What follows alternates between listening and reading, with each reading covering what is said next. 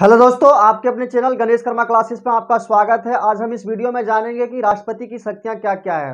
राष्ट्रपति की शक्तियां बहुत ही इंपॉर्टेंट होता है, क्योंकि जो भी कंट्रोल बड़े निर्णय या फिर पावर होते हैं वो राष्ट्रपति को ही दिया गया है। संवैधानिक तौर पर राष्ट्रपति को ही शक्तियों का प्रयोग करने का अधिकार दिया गया है। लेकिन कई बार क्या होता है कि मुख्यतः फिर इसमें मंत्रिपरिषद के समूह के द्वारा ही राष्ट्रपति इन सब शक्तियों का प्रयोग करता है। तो चलिए हम राष्ट्रपति की शक्तियों के बारे में जानते विस्तार से जानने की कोशिश करेंगे। मुख्यतः जो राष्ट्रपति की शक्तियां हैं वो 7 भागों में विभाजित किया गया है, यानी कि बांटा गया है। तो पहले शक्तियां हमारी कार्यपालिका शक्तियां, दूसरा हो जाएगा विधायी शक्तियां, तीसरा न्यायिक शक्तियां, चौथा वित्तीय शक्तियां, पांचवा हमारा सैन्य शक्तियां, छठा राजनयिक शक्तियां और सातवां हमारा आपातकालीन शक्तियां। ये सब शक्तियां का जो प्रयोग किया जाता है, राष्ट्रपति इन शक्तियों का प्रयोग करता है। लेकिन इसमें मुख्यतः मंत्रिपरिषद के सलाह पे ही किया जाता है। देखा जाता है कि राष्ट्रपति जो है मंत्रिपरिषद की सलाह पे ही करता है। तो चलिए हम इसको विस्तार से जानने की कोशिश करते हैं।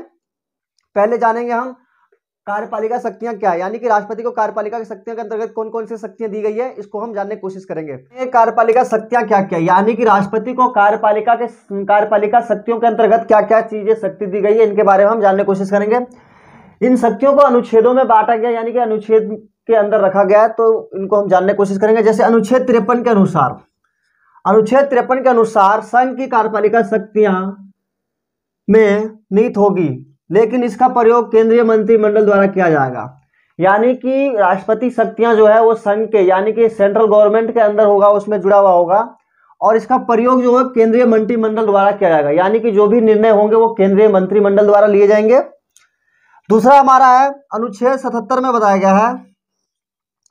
अनुच्छेद 77 के अनुसार भारत सरकार के सभी कार्य राष्ट्रपति के नाम से किए जाएंगे।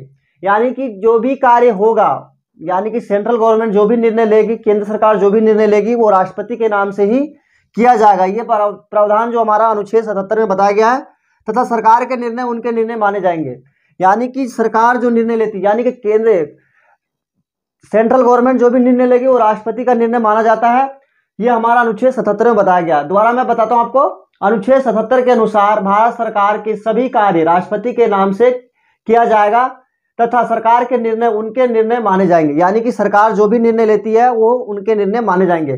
तीसरा पॉइंट हमारा हो जाएगा अनुच्छेद 78 के अनुसार राष्ट्रपति को संघ के मामलों में सूचना प्राप्त करने का अधिकार है। यानी कि सेंट्रल गवर्नमेंट जो भी निर्णय लेगी उनका सूचना प्राप्त करना राष्ट्रपति का अपना अधिकार है। ये चीजें हमें अनुच्छेद 78 में बताया गया है। और इसमें साथ साथ प्रधानमंत्री का यह कर्तव्य होगा कि जो भी चीज राष्ट्रपति द्वारा मांगा जाएगा उसको उनको देना होगा। यानी जो भी सूचना जानकारी मांगना राष्ट्रपति लेना चाहते हैं या जानकारी प्राप्त करना चाहेंगे तो राष्ट्रपति का कर्तव्य होता है। इसके अंतर्गत वो राष्ट्रपति को बताएंगे कि हाँ हमने ये निर्णय लिया, हमने देश के हित में ये कार्य करने की सोच रहा है, तो वो राष्ट्रपति को बताना होगा। साथ ही जो है हमारे अनुच्छेद 74 में बताया गया है राष्ट्रपति के क्या क्या कार्य है। राष्ट्रपति अपनी कार्यपालिका शक्तियों का प्रयोग में सलाह लेने के लिए एक मंत्रिपरिषद का गठन करता है, जिसका प्रमुख प्रधानमंत्री होता है। यानी कि अनुच्छेद 74 में बताया गया है कि अगर राष्ट्रपति को कोई सलाह लेनी होगी तो उसके लिए एक मंत्रिपरिषद होगा, उन्हीं के द्वारा इसका सलाह लिया जाएगा। यानी कि कोई निर्णय लेना हो राष्ट्रपति को तो वो मंत्रिपरिषद के एक समूह के द्वारा लेते हैं। उसमें प्रधानमंत्री इसमें प्रमुख होता है। यानी कि प्रधानमंत्री इसके अंदर प्रमुख होता है, जो मंत्रिपरिषद का सलाह लेने के लिए राष्ट्रपति को बनाया जाता है। भारत के प्रधानमंत्री, यानी कि भारत के प्रधानमंत्री सहित संघ के अन्य प्रमुख अधिकारियों की नियुक्ति करना। राष्ट्रपति का काम बहुत कुछ होता है उसके अंतर्गत। यानी भारत के राष्ट्रपति का जो शपथ ग्रहण कराते हैं यानी शपथ दिलवाते हैं, ये भी राष्ट्रपति के द्वारा किया जाता है। जैसे संघ के मंत्री, यानी कि जो भी केंद्र में मंत्री होते हैं उनको भी नियुक्त करने का काम करते हैं हमारे राष्ट्रपति।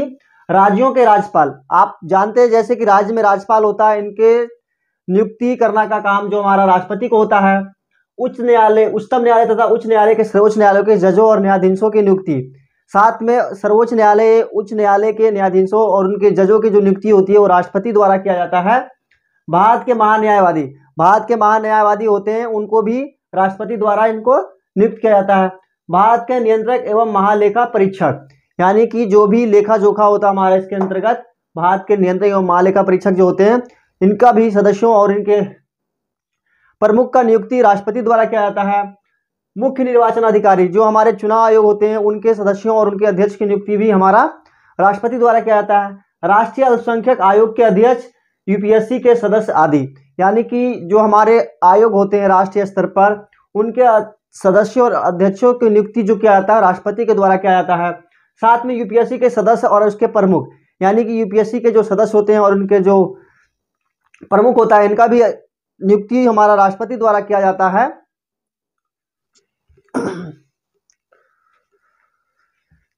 साथ ही जो है हमारा राष्ट्रपति को अनुच्छेद 263 में क्या बताया गया, इसके बारे में जानने की कोशिश करेंगे। केंद्र राज्य तथा विभिन्न राज्यों के मध्य सहयोग के लिए एक अंतर्राज्यीय परिषद का गठन कर सकता है। यानी कि राष्ट्रपति को यह भी अधिकार दिया गया है कि अगर हमें दो राज्यों के बीच अगर कोई विवाद सुलझाना हो तो उसके लिए एक अंतर्राज्यीय परिषद का गठन कर सकता है। ये राष्ट्रपति को अधिकार हमारा अनुच्छेद 263 में दिया गया है। अगला जो पॉइंट है हमारा, वह स्वयं द्वारा नियुक्त प्रशासकों के माध्यम से केंद्र शासित राज्यों का प्रशासन संभालता है। जैसे कि हम जानते हैं केंद्र शासित जो प्रदेश होते हैं वो केंद्र सरकार द्वारा कंट्रोल किए जाते हैं या उन पे शासन किया जाता है। जैसे कि दिल्ली हमारा एक केंद्र शासित प्रदेश है, इसका भी कंट्रोल हमारा केंद्र सरकार के द्वारा ही किया जाता है, तो कई बार विवाद भी पैदा हो जाता है इसके लिए। तो ये प्रशासक जो नियुक्त किए जाते हैं, जैसे उपराज्यपाल होता है वो हमारा दिल्ली का प्रशासक के तौर पर काम करता है। तो जो भी कुछ समस्या या कोई रिपोर्ट देनी हो तो राष्ट्रपति को इसमें रिपोर्ट भेजता है कौन हमारा उपराज्यपाल के द्वारा राष्ट्रपति के पास भेजा जाता है। साथ ही किसी भी क्षेत्र को अनुसूचित जाति, अनुसूचित जनजाति तथा अन्य पिछड़ा वर्गों के लिए एक आयोग की नियुक्ति कर सकता है। यानी कि राष्ट्रपति को यह भी अधिकार दिया गया है कि अगर एससी, एसटी, ओबीसी इनके लिए कोई आयोग बनाना हो, कमीशन बनाना हो या फिर उसके लिए कोई व्यवस्था करनी हो, आयोग का निर्माण करना हो, तो इसके लिए भी राष्ट्रपति को अधिकार दिया गया है, वो उनका निर्माण कर सकता है। लेकिन इन सब का जो प्रयोग यानी कि जो भी निर्णय लिया जाएगा राष्ट्रपति के द्वारा, ये हमारा मंत्रिपरिषद के द्वारा ही लिया जाता है। जैसे कि हम जानते हैं, कई बार आपने सुना होगा कि नहीं राष्ट्रपति के पास कुछ भी पावर नहीं है, तो वास्तव में जो अपना शक्तियों का जो प्रयोग राष्ट्रपति करता है वो मंत्रिपरिषद के सलाह के द्वारा ही करता है। तो इसमें हमने यह जाना कि राष्ट्रपति की क्या कार्यपालिका शक्तियां हैं। अब अगले वीडियो में हम आपको बताएंगे कि विधायी शक्तियां क्या क्या राष्ट्रपति को दी गई है। अगर वीडियो सही लगा तो कमेंट करके जरूर बताएं और चैनल से जुड़े रहे। जानकारी ऐसे प्राप्त करने के लिए चैनल को सब्सक्राइब करें। धन्यवाद, मिलते हैं नेक्स्ट वीडियो में।